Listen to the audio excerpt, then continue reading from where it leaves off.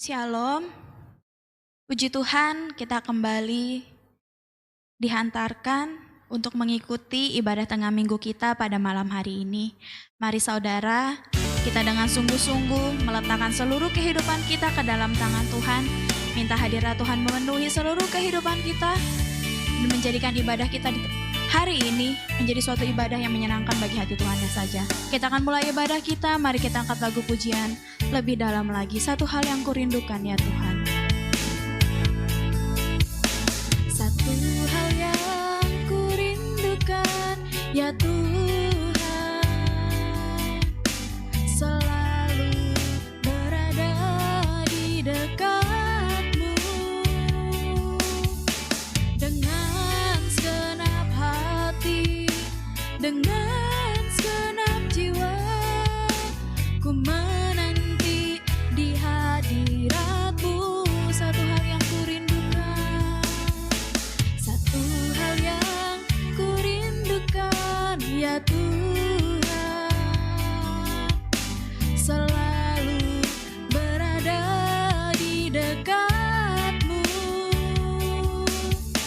dengan segenap hati, dengan segenap jiwa, ku menanti di hadirat-Mu. Lebih dalam lagi ku rindu Kau Tuhan, lebih dari segala yang ada. Lebih dalam lagi ku cinta Kau Yesus, ku mengasihi-Mu. Lebih dalam lagi, lebih dalam lagi ku rindu Kau Tuhan, lebih dari segala yang ada. Lebih dalam lagi ku cinta Kau Yesus, ku mengasihi-Mu. Mari saudara-saudara, pada lagu ini mengajak kita untuk mau lebih dalam lagi menyembah kepada Tuhan, lebih dalam lagi mencintai dan merindukan hadirat Tuhan memenuhi seluruh kehidupan kita. Jangan ada lagi yang melayangkan pikirannya ke sana kemari, tapi mari kita meletakkan dan mengarahkan seluruh kehidupan kita hanya kepada Tuhan Yesus Kristus, agar hadirat Tuhan nyata memenuhi ibadah kita di malam hari ini, sehingga kita menerima Roh Kudus-Nya, memberikan kepada kita kelegaan dan kekuatan yang berasal daripadanya di dalam ibadah kita di malam hari ini. Kita angkat-angkat pujian ini sekali lagi dan kita akan masuk ke dalam doa. Satu hal yang kurindukan ya Tuhan, haleluya. Satu hal yang kurindukan ya Tuhan, selalu berada di dekat-Mu dengan segenap hati, dengan segenap jiwa, ku menanti di hadirat-Mu. Satu hal yang kurindukan ya Tuhan, selalu berada di dekat-Mu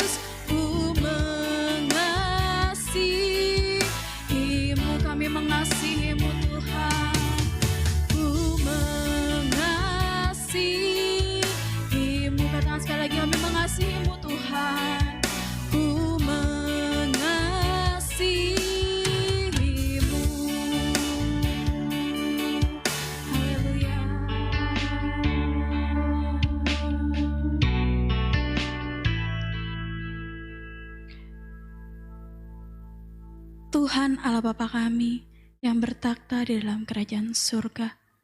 Terima kasih Bapa, terima kasih Tuhan Yesus, terima kasih Roh Kudus untuk anugerah yang Kau berikan kepada kami, sidang jemaat-Mu, sehingga di malam hari ini Engkau kembali Tuhan, memberikan kepada kami kesempatan untuk beribadah, memuji dan memuliakan nama-Mu.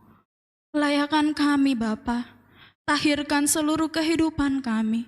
Kami rindu Engkau hadir di tempat kami masing-masing, menjawab melawat seluruh penghidupan kami.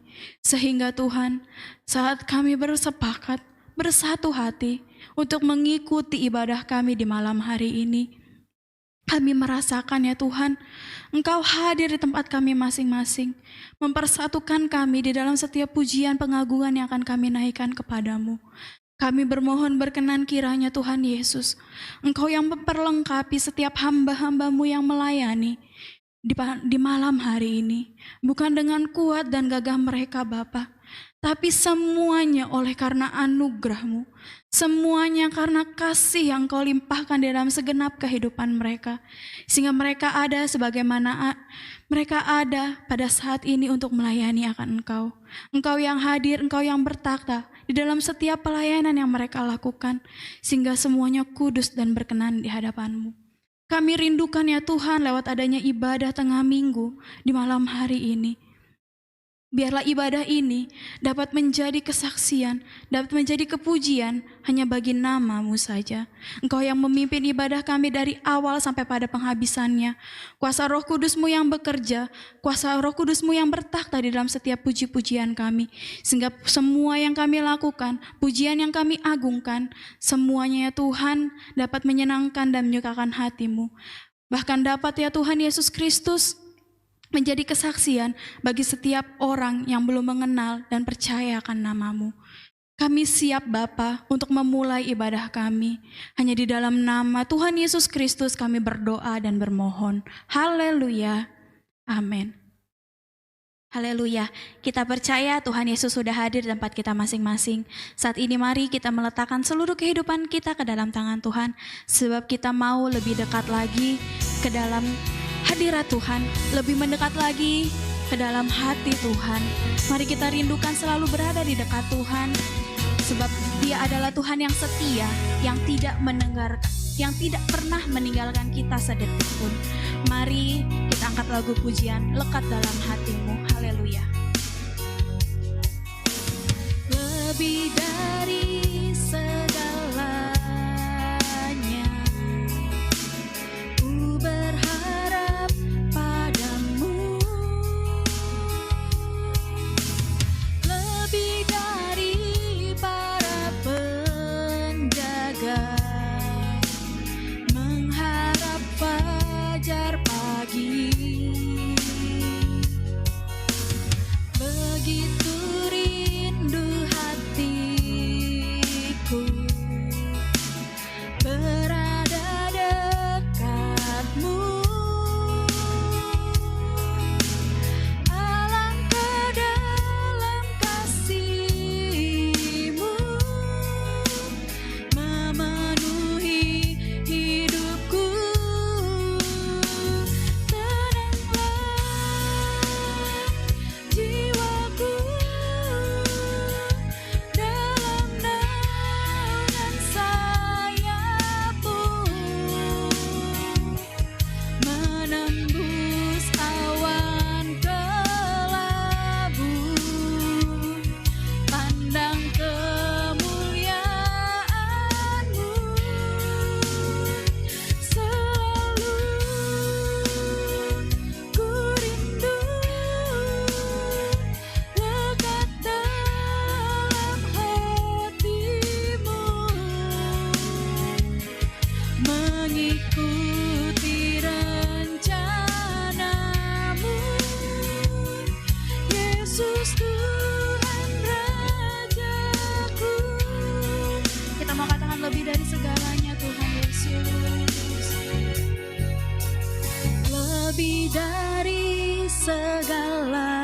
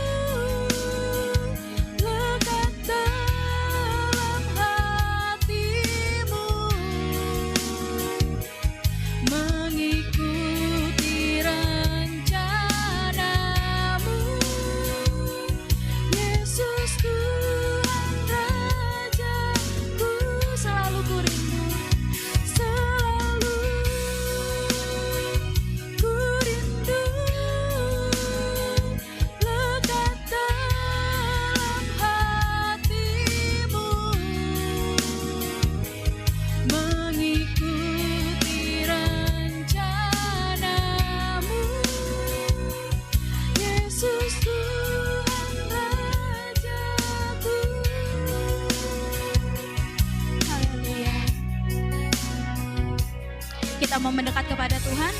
Sebab Dialah Tuhan kita, Tuhanlah Raja kita. Dia adalah Allah yang tidak pernah meninggalkan kita. Apapun yang terjadi di dalam kehidupan kita, masalah, badai, topan sekalipun, Dia ada menopang di dalam kehidupan kita. Asal kita sebagai umatnya mau senantiasa berharap dan berserah kepada Tuhan Yesus Kristus.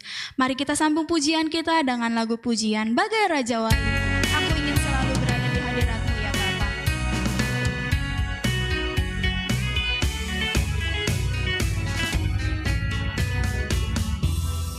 Aku ingin selalu berada di hadirat-Mu. Aku ingin selalu berlindung dalam naungan-Mu. Di bawah kepak sayap-Mu, Kau bawaku terbang tinggi, melintasi langit biru, bagaikan Raja Wali. Aku ingin selalu berada di hadirat-Mu. Aku ingin selalu berlindung dalam naungan-Mu. Di bawah kepak sayap-Mu, Kau bawaku terbang tinggi, melintasi langit biru, bagaikan Raja Wali. Bagai Raja Wali, melintasi gunung tinggi. Bagai Raja Wali, melewati badai hidup. Di bawah kepak sayap-Mu, Kau bawaku terbang tinggi, melintasi langit biru, bagaikan Raja Wali. Aku ingin selalu berada di hadirat-Mu ya Bapa. Aku ingin selalu berada di hadirat-Mu. Haleluya. Aku ingin selalu berlindung dalam naungan-Mu. Di bawah kepak sayap-Mu, Kau bawaku terbang tinggi, melintasi langit biru, bagaikan Raja Wali. Bagai Raja Wali, melintasi gunung tinggi. Bagai Raja Wali, melewati badai hidup.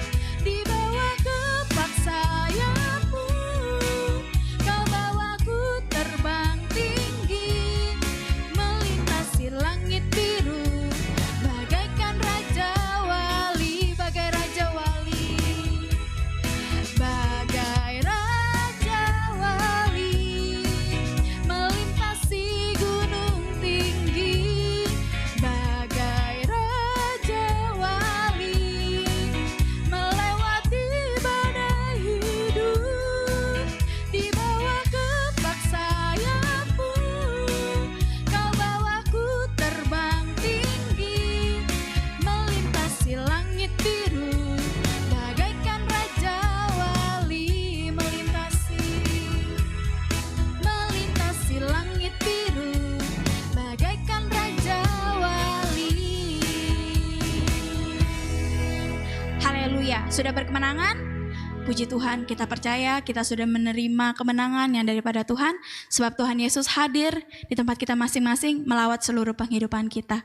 Kini tiba saatnya kita akan mendengarkan sabda kebenaran firman Tuhan. Mari kita siapkan seluruh kehidupan Tuhan. Kita percaya dan kita yakinkan firman Tuhan di dalam segenap kehidupan kita. Mari kita angkat pujian, bagi Tuhan tidak ada yang mustahil. Ku yakin saat Kau berfirman, ku menang saat Kau bertindak. Hidupku hanya ditentukan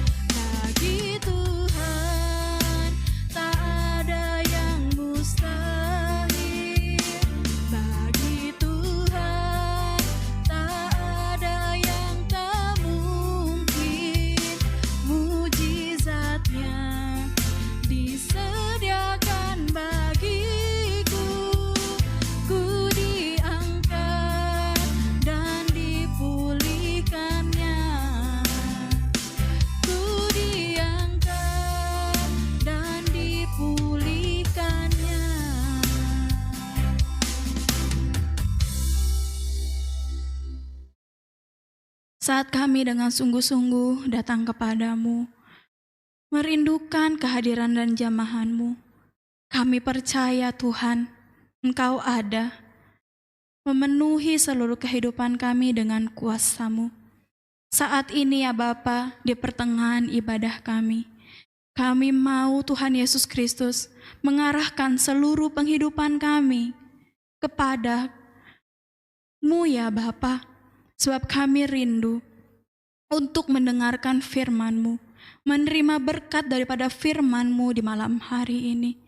Engkau yang melembutkan setiap hati dan pikiran kami ya Tuhan, agar jangan daripada kami yang mengeraskan, tapi biarlah Tuhan oleh karena jamahan-Mu, hati kami dan pikiran kami boleh dilembutkan. Dan kami ya Tuhan Yesus Kristus dapat menerima setiap firman yang akan ditaburkan di malam hari ini dengan baik. Sebab kami rindu firman itu menjadi pegangan di dalam kehidupan kami, agar kami dapat berjalan ya Tuhan di dalam dunia ini seturut dengan kehendak dan rencana-Mu, bahkan seturut dengan perintah dan firman-Mu. Ya Bapa, agar kehidupan kami dapat menjadi terang, dapat menjadi saksi bagi kemuliaan nama Tuhan Yesus saja. Hamba-Mu Tuhan yang sudah Engkau persiapkan untuk melayani kami dalam pemberitaan warta firman-Mu. Bapa, Engkau yang mengurapi seluruh kehidupannya dengan kuasa Roh Kudus-Mu. Kami merindukan jamahan-Mu hadir dalam segenap kehidupannya ya Tuhan. Agar ya Bapa bukan dengan kediriannya lagi yang nampak, tapi kami percaya ya Tuhan, Engkau ya Tuhan Yesus Kristus, Roh Kudus-Mu yang ada di dalam kehidupannya. Roh itulah ya Tuhan, Engkau sendirilah yang berbicara kepada kami di malam hari ini. Sehingga ya Bapa, baik kami yang mendengar dan hamba-Mu yang menyampaikan kebenaran firman-Mu, kami sama-sama menerima berkat daripada firman-Mu. Lingkupi ya Tuhan kehidupan kami, lingkupi ruangan di mana kami mengikuti ibadah kami ini dengan Roh Kudus-Mu. Sehingga ya Tuhan, jangan firman itu dicuri daripada kami, tapi kami mendapat menerima dengan sepenuhnya dan kami amalkan di dalam kehidupan kami. Berfirmanlah ya Tuhan kepada kami di malam hari ini, kami siap untuk mendengar. Hanya di dalam nama Tuhan Yesus Kristus kami berdoa. Haleluya. Amin. Shalom Bapak Ibu Saudara. Selamat sore. Berjumpa lagi ya di ibadah tengah minggu. Dan hari ini kita akan belajar Bapak Ibu Saudara tentang perilaku hidup orang Kristen. Jadi beberapa waktu yang lalu saya sharingkan perilaku hidup keluarga Kristen, dan hari ini saya akan sharingkan tentang perilaku hidup orang Kristen gitu ya. Jadi hari-hari ini ketika saya melihat di sosial media, ya, saya cukup aktif di sosial media dan saya seringkali melihat bagaimana orang-orang Kristen di sosial media ini kok sedikit mengkhawatirkan ya, memprihatinkan perilakunya. Kenapa? Karena begitu mudahnya ya pemuda Kristen, pemudi Kristen, orang-orang Kristen yang lain itu melontarkan sebuah komentar yang nadanya menghakimi, membuli dan lain-lain gitu ya. Nah, ini cukup memprihatinkan. Kenapa? Karena ini bertentangan dengan kehidupan Kristen itu sendiri Bapak Ibu Saudara. Jadi kalau kita membaca firman Tuhan ini secara lengkap dari Kejadian sampai dengan Wahyu, firman Tuhan ini menceritakan tentang kasih Allah ya. Dan Allah itu adalah kasih. Jadi seharusnya orang Kristen ini juga menunjukkan kasih itu gitu ya. Nah, kita akan lihat juga, kita belajar hari ini dalam nats di Lukas 10. Ya, Lukas pasal 10 ayat yang ke-25 sampai dengan 37 ya. Bapak Ibu Saudara silahkan baca Alkitabnya masing-masing di rumah. Saya bacakan untuk Bapak Ibu Saudara. Lukas 10 ayat 25 sampai dengan 37, demikianlah firman Tuhan. Pada suatu kali berdirilah seorang ahli Taurat untuk mencobai Yesus. Katanya, "Guru, apa yang harus kuperbuat untuk memperoleh hidup yang kekal?" Jawab Yesus kepadanya, "Apa yang tertulis dalam hukum Taurat?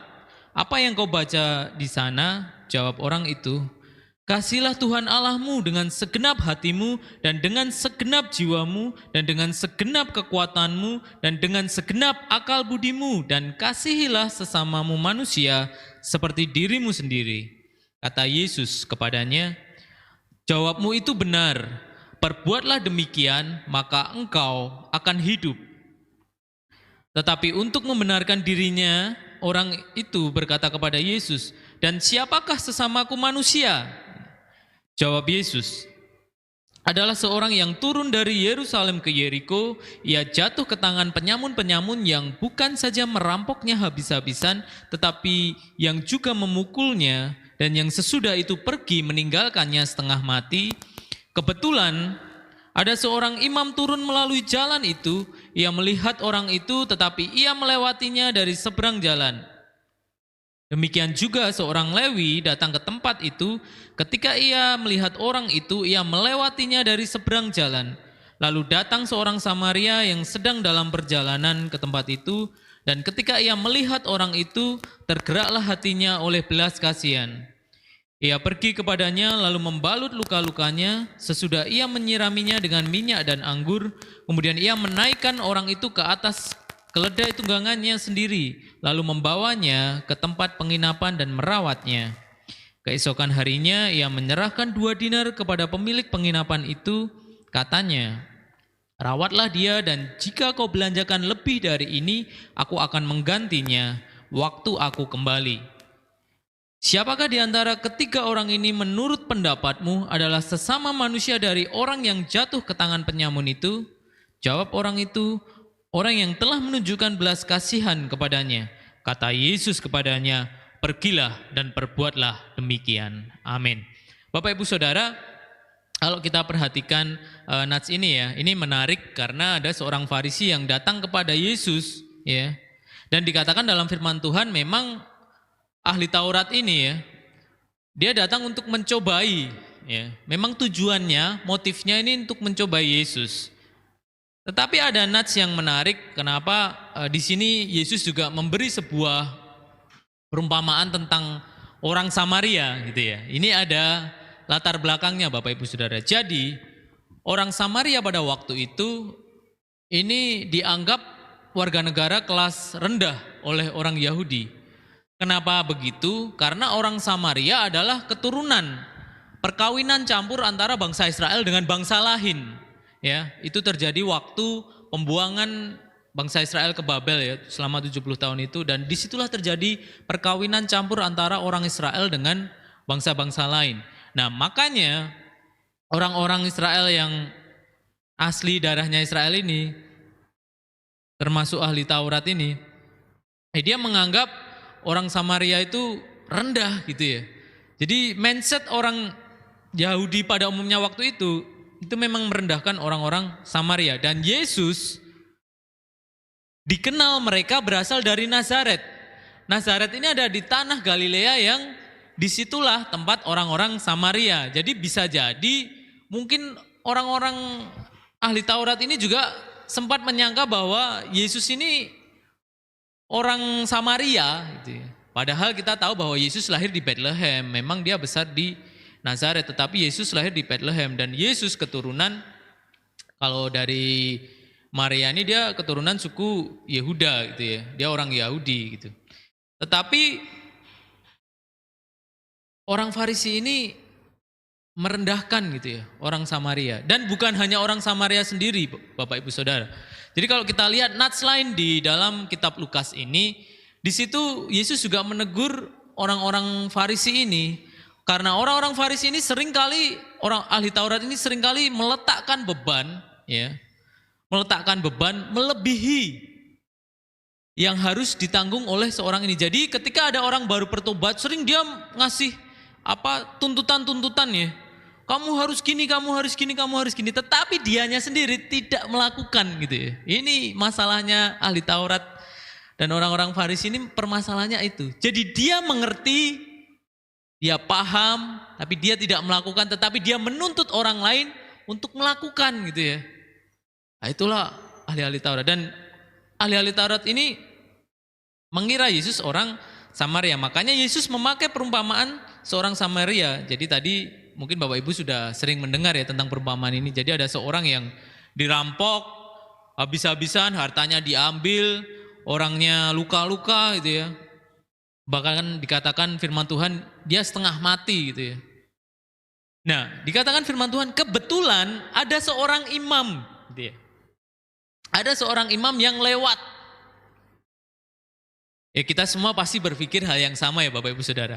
Kalau ada seorang imam lewat, nih ya, lihat orang sakit, gak usah imam lah, kita orang biasa gitu ya. Kita orang biasa, yang bukan imam gitu ya. Lewat ada orang kesakitan, secara manusia ya, kita pasti menolong dong. Begitupun yang kita harapkan kan ya. Tetapi dalam perumpamaan ini, Yesus katakan seorang imam lewat, tapi nggak nolong. Dibiarkan aja orang ini. Mau setengah mati, mau setengah hidup, biarin gitu. Nggak peduli dia. Kemudian yang kedua, ada seorang Lewi. Ya. Seorang Lewi lewat, juga nggak menolong. Jadi imam lewat nggak nolong, ya. Lewi lewat juga nggak menolong. Nah, kemudian Yesus memberi sebuah gambaran di akhir, lalu datang seorang Samaria, ya. Orang yang dianggap hina oleh orang Yahudi, ya. Dianggap warga negara kelas bawah gitu ya. Jadi lebih tinggian mereka. Lewat tapi menolong. Tapi menolong gitu ya. Jadi orang Samaria lewat, dia menolong. Bahkan tidak hanya menolong orang ini. Jadi selain dia membawanya ke penginapan, termasuk pengobatannya ya. Bahkan apa yang dibelanjakan oleh orang di penginapan itu nanti ditukar, ditanggung semuanya sampai orang ini sembuh gitu ya. Karena memang udah habis hartanya gitu ya. Ini sebenarnya tamparan keras untuk ahli Taurat waktu itu ya. Bahwa Yesus ingin mengatakan orang yang kamu anggap hina ini, orang Samaria ini, Yesus itu yang dianggap orang Samaria sama mereka, justru dia nanti yang datang untuk menolong mereka ini, gitu loh. Dan itu pun karena Yesus melihat ada keangkuhan hati ahli-ahli Taurat ini, karena merasa dirinya ini ahli Taurat ya, orang yang terdidik ya. Jadi kalau kita baca sejarahnya Bapak Ibu Saudara, ahli Taurat ini orang yang bahkan dia hafal ya. Kitab Taurat tuh dia hafal mati. Jadi sampai ada lelucon gini, ketika seorang menusukkan jarum ya di dalam kitab Taurat itu, ahli Taurat tuh tahu huruf mana aja yang kena jarum itu tuh tahu dia gitu. Karena saking apalnya gitu. Jadi karena dia sudah ada di posisi yang buat dia itu sangat terhormat ya, dia mengangkuhkan dirinya gitu ya. Dia menganggap dirinya lebih dari yang lain. Jadi ketika Yesus tanya ya, apa yang tertulis dalam hukum Taurat? Apa yang kau baca itu ya? Karena dia bertanya dulu untuk memperoleh hidup kekal itu gimana? Kemudian dia bisa jawab, kasihlah Tuhan Allahmu dengan segenap hatimu dan dengan segenap jiwamu dan dengan segenap kekuatanmu dan dengan segenap akal budimu dan kasihlah sesama manusia seperti dirimu sendiri. Dia hafal mati dia. Tapi dia ya, ahli Taurat ini tidak pernah melakukannya. Dia tidak pernah melakukannya. Dan malahan dia berkata, ya, dengan sombongnya dia berkata, siapakah sesamaku manusia gitu ya. Kira-kira seperti itu. Dengan sombongnya dia berkata, siapa sih sesamaku itu? Karena dia menganggap dirinya sudah besar gitu ya. Sudah ada di posisi yang tinggi gitu. Dia ahli Taurat, dihormati gitu. Tetapi ternyata Yesus memberi sebuah perumpamaan yang menampar mereka gitu ya. Bahwa orang Samaria itu yang menunjukkan belas kasihan itulah sesamamu manusia. Jadi orang yang tidak dia duga, yang bahkan dia menganggapnya hina, itulah sesamamu manusia. Jadi Yesus ingin mengatakan kepada ahli Taurat ini ya, bahwa sesama manusia ya orang yang menunjukkan belas kasihan itu. Jadi Yesus sedikit membalik.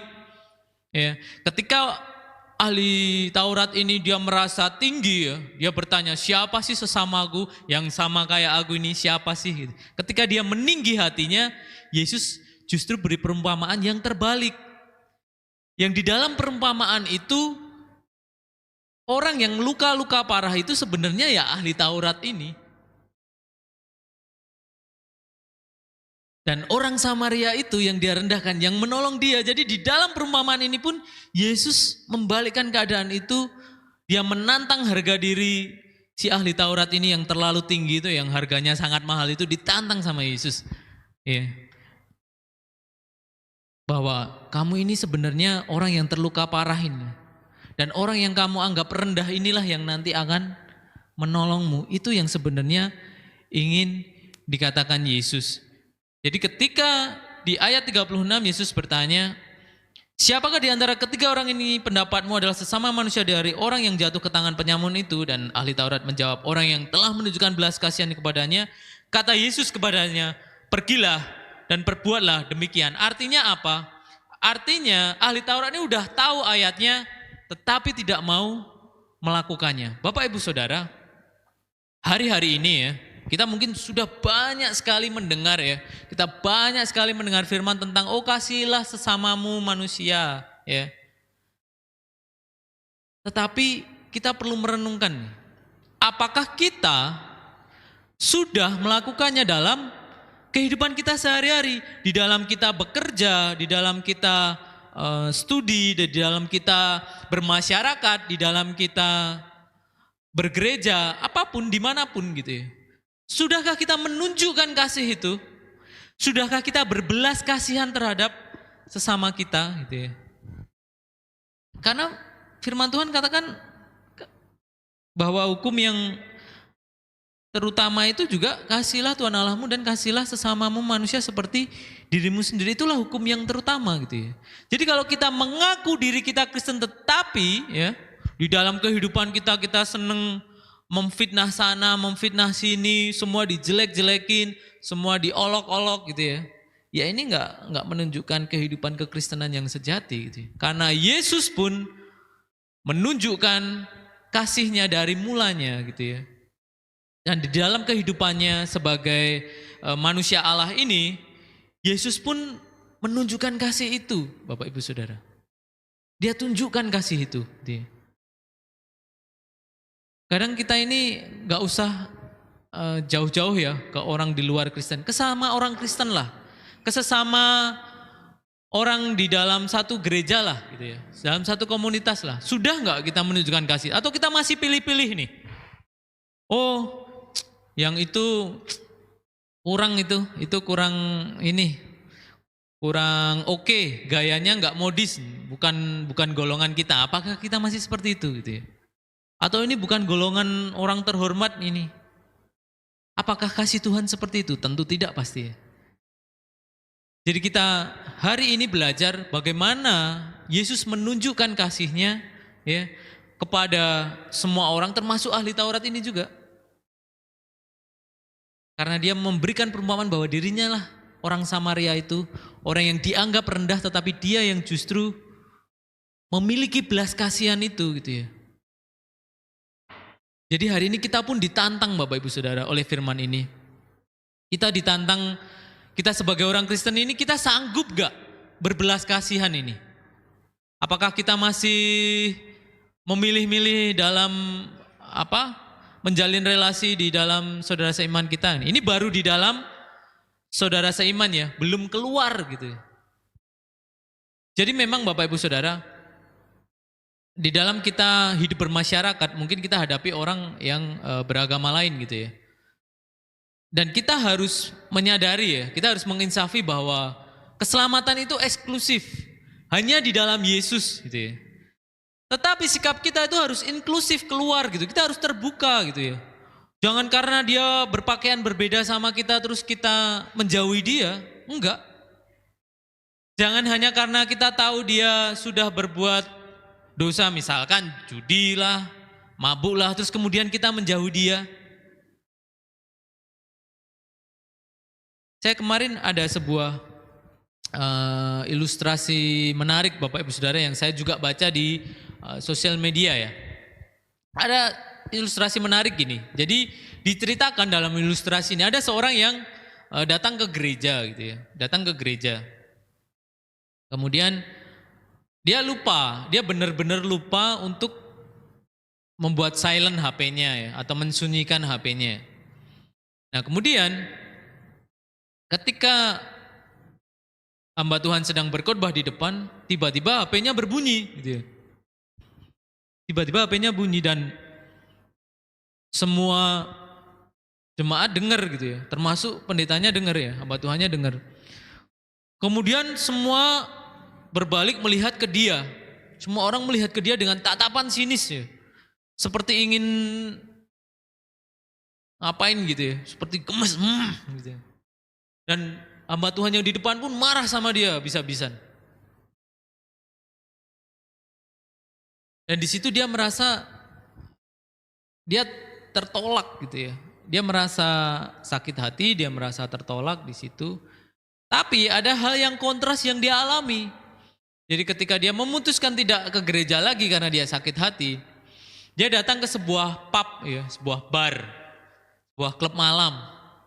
Kemudian waktu dia duduk sambil mesen minum, ya, dia nggak sengaja menyenggol gelas minuman yang berisi minuman teman di sebelahnya ya, orang yang nggak dia kenal di meja itu. Dia senggol, jatuh, pecah gitu ya. Tetapi dia udah ketakutan dulu nih, karena dia nggak enak kan mecahkan minuman orang. Tetapi respon yang dia terima ternyata nggak sesuai ekspektasi dia. Dia pikir orang-orang ini akan marah sama dia, tapi ternyata enggak. Yang orang yang disenggol gelasnya dia bilang, oh it's okay, nggak apa-apa. Yang pelayan barnya juga bilang, oh nggak apa-apa, biar saya yang bersihkan gitu.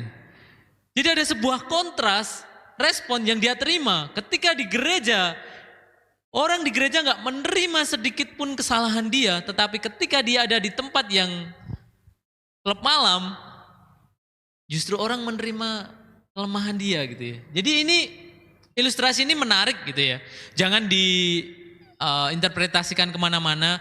Peristiwa ini saya ingin sampaikan bahwa harusnya gereja yang bisa memberikan rasa penerimaan terhadap orang ini, bukan tempat lain. Harusnya kita ini gitu ya. Dan kalau kita lihat kisah Yesus ya di dalam Injil, ketika dia melihat ada banyak orang yang ingin bertemu dia dan ada Zakheus ya, seorang pemungut cukai. Dia sampai manjat pohon. Dari sekian banyak orang di situ, kenapa Yesus justru memilih makan bersama Zakheus? Orang yang dianggap berdosa, orang yang dianggap kotor gitu ya. Dan firman Tuhan juga katakan, karena tabib datang untuk orang yang sakit, bukan untuk orang yang sehat gitu ya. Jadi kita ini ya, perilaku hidup kita yang sudah Kristen, kita yang sudah mengerti kebenaran firman Tuhan harusnya bisa memunculkan kasih itu. Kita bisa membuat seseorang merasa diterima gitu ya. Seseorang merasa diterima di gereja ini. Dia kita anggap saudara, dia kita anggap yang lebih tua kita anggap bapak atau kita anggap ibu, yang seumuran kita anggap saudara, yang di bawah kita anggap adik gitu ya. Itu yang dibutuhkan oleh orang-orang yang datang ke gereja gitu ya. Dan itu yang harusnya kita sebagai orang-orang Kristen ini ya, itu yang harus kita lakukan, itu yang harus kita berikan. Jadi kasih itu yang kita miliki ini harus kita bagi ke semua orang. Karena kita nggak tahu loh, orang datang ke gereja ini dia bawa masalah apa dari rumah, kita nggak tahu. Mungkin dia merasa tertolak di tempatnya kerja, mungkin dia dibully habis-habisan di sekolahnya, mungkin dia dikucilkan di kampungnya, dan dia ke gereja ini pengen merasakan penerimaan itu, pengen merasakan kasih itu, tetapi ternyata dia nggak dapatkan.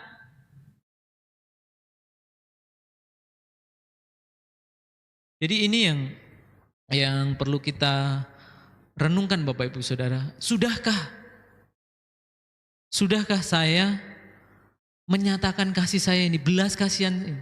kepada sesama saya. Karena perintah Tuhan, firman Tuhan katakan, kasihlah Tuhan Allahmu dengan segenap hatimu, segenap jiwamu, segenap kekuatanmu, dan segenap akal budimu, dan kasihlah sesamamu manusia seperti dirimu sendiri, gitu ya.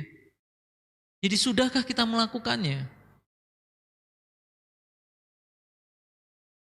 Jadi waktu saya belajar firman Tuhan, saya dapatkan sebuah kebenaran yang saya pegang itu Bapak Ibu Saudara, bahwa love God, love people. Ketika seorang ini sangat mencintai Tuhannya, dia pasti akan sangat mencintai sesamanya juga. Jadi relasi dia dengan sesamanya ini sangat dipengaruhi dengan relasinya dengan Tuhan. Itu kata firman Tuhan seperti itu. Jadi kita bisa menilai diri kita sendiri, baik nggak relasi kita sama Tuhan kita ini. Kelihatan kok dari relasi kita dengan sesama kita. Dan sebelum saya akhiri Bapak Ibu Saudara, saya pernah baca sebuah artikel tentang Mahatma Gandhi seperti ini. Tentang perilaku hidup orang Kristen yang harus penuh kasih ini. Jadi Mahatma Gandhi ini sempat membaca tentang Kristus ya. Dia baca banyak tentang Kristus dan dia jatuh cinta kepada Kristus, kepada Yesus ini. Kemudian suatu kali dia putuskan dia untuk datang ke gereja ya di India sana. Cuma waktu itu ya, gereja di India itu modelnya seperti ini. Jadi orang-orang yang kaya, yang terhormat itu ada di dalam gedung. Dan untuk orang yang pribumi, yang miskin, yang kurang mampu gitu ya,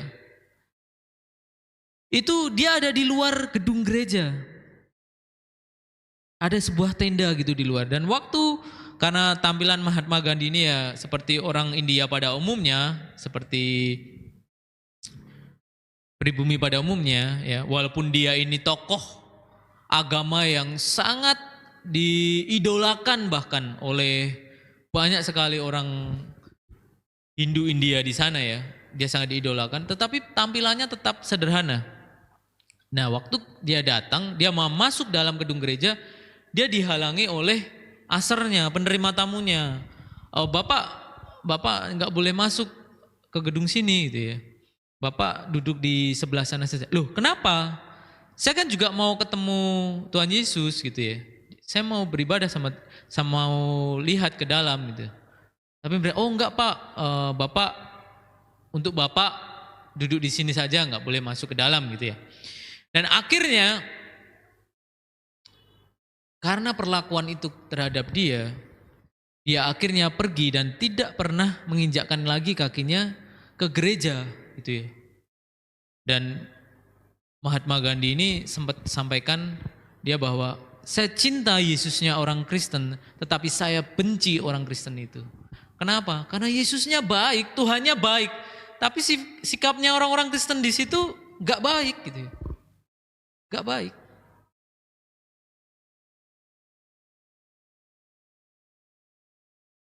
Dan kita bisa bayangkan Bapak Ibu Saudara, seumpama Mahatma Gandhi ini bertobat ya, dia bertobat, kita bisa bayangkan begitu banyak orang yang mengidolakan dia pun bukan tidak mungkin akan ikut bertobat juga menerima Tuhan. Kita nggak ada yang tahu. Tetapi karena sikap orang Kristen itu sendiri ya, yang membeda-bedakan ras, membeda-bedakan suku, membeda-bedakan status sosial, dan itu menghalangi seorang untuk datang kepada Tuhan. Dan itu bukan ciri hidup orang Kristen. Bukan sama sekali. Karena orang Kristen yang sejati, kehidupan orang Kristen yang sejati, dia memiliki kasih itu di dalam hidupnya. Amin Bapak Ibu Saudara. Nah, mari kita bersama-sama kita merenungkan di dalam hati kita, ya, kita mengevaluasi diri kita sendiri, masih adakah ya dendam yang tersimpan, kebencian yang tersimpan di dalam hati kita, sehingga menghalangi kita untuk mengasihi sesama kita ini, untuk memberikan belas kasihan kepada sesama kita ini.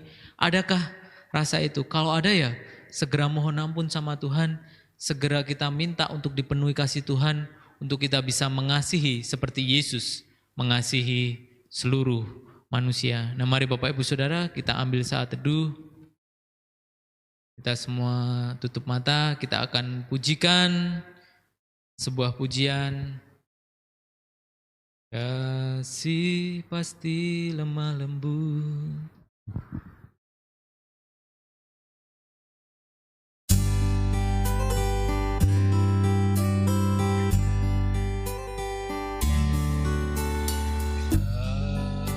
Kasih pasti lemah lembut.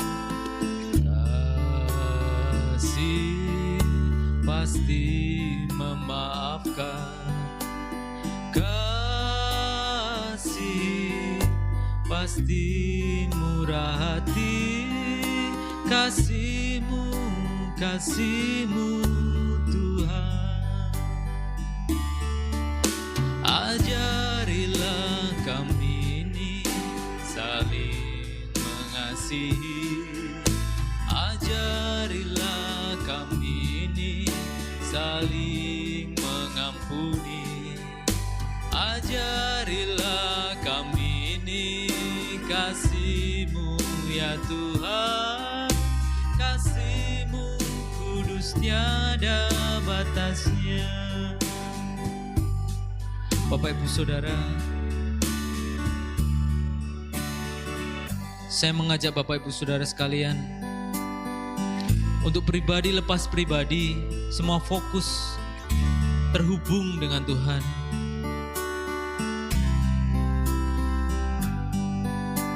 Kita bersama-sama berdoa untuk Roh Kudus yang ada di dalam hati kita, meneliti hati kita, untuk kita dilepaskan dari setiap akar pahit, dari setiap dendam, kebencian terhadap orang lain sesama kita. Dan apabila kita menemukannya, kita berdoa kepada Tuhan. Tuhan, ampuni setiap kami, setiap anak-anak-Mu Tuhan, yang masih menyimpan dendam, masih menyimpan kebencian di dalam hatinya. Kiranya Tuhan yang memulihkan hati setiap kami, yang masih menyimpan akar pahit di dalam hatinya, Tuhan cabut setiap akar pahit itu, dan biar Tuhan gantikan dengan damai sejahtera. Nah, mari Roh Kudus penuhi hati kami dengan kasih. Ajari kami untuk menjadi agen kasih-Mu Tuhan, untuk mengasihi setiap sesama kami, untuk mengasihi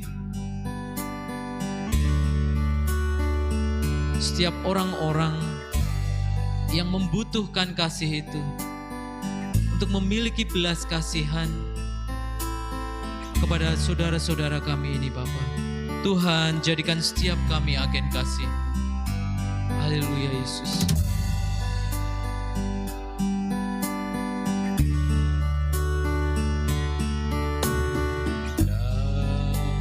Kasih pasti lemah lembut. Kasih pasti memaafkan. Pasti murah hati. Kasih-Mu, kasih-Mu Tuhan. Ajarilah kami ini saling mengasihi. Ajarilah kami ini saling mengampuni. Ajarilah kami ini kasih-Mu ya Tuhan. Kasih-Mu kudus tiada batasnya. Ajarilah kami ini saling mengasihi. Ajarilah kami ini saling mengampuni. Ajarilah kami ini kasih-Mu ya Tuhan. Kasih-Mu kudus tiada batasnya. Kasih-Mu kudus kudus tiada batasnya. Kasih-Mu kudus tiada batasnya.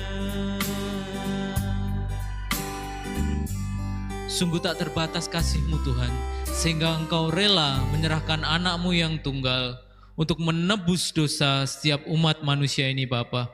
Kami percaya Bapa, bahwa salib itu adalah bentuk kasih yang terdahsyat yang pernah kami lihat Tuhan di muka bumi ini. Karena ada satu orang benar yang mau berkorban untuk seluruh umat manusia yang salah. Kami percaya Yesus. Dan Tuhan, biarlah setiap kami jemaat-Mu di tempat ini terus teguh imannya Tuhan untuk mengikut salib Tuhan. Dan kiranya Tuhan memberikan kasih di dalam hati setiap kami ini Tuhan. Kasih yang everlast Tuhan, yang terus menerus untuk kami terus berbagi kasih ini kepada saudara-saudara kami, kepada sesama kami manusia Bapa. Terima kasih Tuhan Yesus, dan kami percaya Bapa, Tuhan yang senantiasa melingkupi, memimpin setiap perjalanan hidup kami Bapa. Tuhan, kami rindu untuk mengakhiri hidup ini dengan baik, dengan pertandingan yang baik Bapa. Oleh karenanya Tuhan, jadikan kami ini alat Tuhan untuk membagikan kasih-Mu kepada semua orang. Terima kasih Yesus, terima kasih. Dan Tuhan, hamba-Mu telah selesai menyampaikan kebenaran firman-Mu ini Tuhan. Biarlah Tuhan materaikan setiap kebenaran firman-Mu ini di dalam hati setiap jemaat-Mu dengan kuasa Roh Kudus-Mu Bapa, dan biarlah firman ini terus bertumbuh dan berakar di dalam hati setiap kami, mengubahkan setiap kami Bapa, untuk setiap kali ini semakin hari semakin serupa dengan-Mu Yesus. Terima kasih Tuhan Yesus, terima kasih, dan semua kemuliaan kami serahkan kembali dalam kuasa tangan-Mu Yesus. Hanya di dalam nama Yesus kami berdoa dan mengucap syukur. Haleluya. Amin.